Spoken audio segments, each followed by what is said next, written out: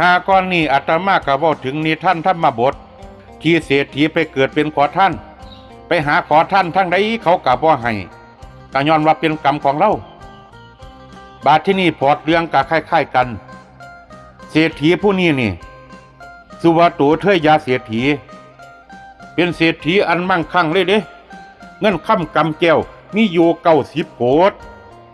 ถ้าเปรียบเทียบเป็นเงินไทยซุมื้อนี้กะเพิ่นคาดการประมาณ 4,000-5,000 ล้านพุ่นเด้โยมเปรียบเทียบเป็นเงินแต่ว่าตัวเทยยาเศรษฐีนี่เป็นคนที่ขี้เหนียวเงินหลายปานใดก็บ่ใช้ตัวเทยยาเศรษฐีนี่ขี้ที่ไปฮอดลูกฮอดเมียพุ่นเด้ปล่อยให้ลูกเมียอยู่แบบอดๆอยากๆทุกข์ๆยากๆทั้งที่ว่าเงินค่ำกำแก้วมหาศาลมีพระภิกษุหลายรูปมาขอยืนบิณฑบาตอยู่หน้าบ้านตัวเทยยาเศรษฐีก็ขับไล่ไปแบบบ่เยื่อใย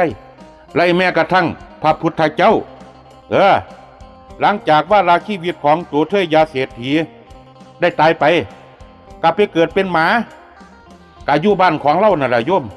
ตัวเทยยาเศรษฐีนี่มีลูกชายอยู่ผู้หนึ่งชื่อว่ามานพเอื้อนง่ายๆซะ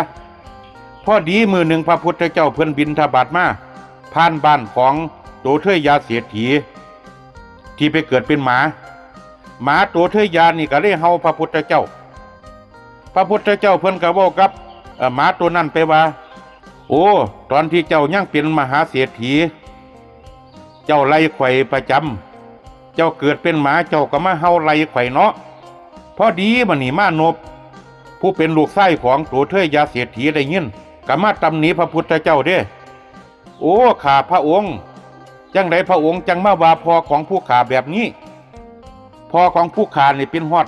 มหาเศรษฐีจังไดจังมาว่าพ่อผู้ข้านี่ไปเกิดเป็นหมาพ่อผู้ข้าต้องไปเกิดเป็นเทวดาเกิดเป็นพรหมสันตัวเพราะว่าร่ำรวยมหาศาลพระพุทธเจ้าเพิ่นก็ได้ตอบมานพผู้นี้ไปว่าเอาละมานพถ้าเจ้าอยากฮู้จักความจริงให้เจ้าเอาอาหารที่มันแซ่บที่สุดอยู่ในปราสาทของเจ้าเอามาให้หมาตัวนี้กินแล้วก็ลูบหัวถามหาที่ซ่อนสมบัติทั้งหลายทั้งสิ้นที่อดีตพ่อเจ้าฝังไว้ก็คือตัวเทยยาเศรษฐีนี่ขี้เหนียวตอนนี้ที่เหนียวหลายก็เลยเอาทรัพย์สมบัติทั้งหลายไปฝังไว้ดินลูกเมียก็บ่ฮู้จักหลังจากนั้นชายมานพผู้เป็นลูกไส้ของตัวเทยยาเศรษฐีนี่ก็เลยเอาอาหารที่แซ่บที่สุดไปให้หมากินแล้วก็ลูบหัวหมาผลปรากฏว่าหมาได้เลียนไปอยู่กกไม้กกหนึ่งแล้วก็เอาตีนคูดเพื่อบอกที่ซ่อนสมบัติมานพเห็นจังสันกับเฝ้ากุลีกุจอหาเสียมหาจอบไปขุดผลปรากฏว่ามีค่ำกำแก้วจำนวนมหาศาลฝังไว้อยู่โอ้ก็เฮ็ดให้ชายมานพนี่เศร้าโศกเสียใจที่พ่อเจ้าของได้มาเกิดเป็นหมาหลังจากนั้นชายมานพก็เลยเลี้ยงหมาให้อยู่ดีมีสุขจวบจนวาระสุดท้ายของมันแล้วชายมานพกะศรัทธาในพระพุทธเจ้าจนจวบเท่าชีวิต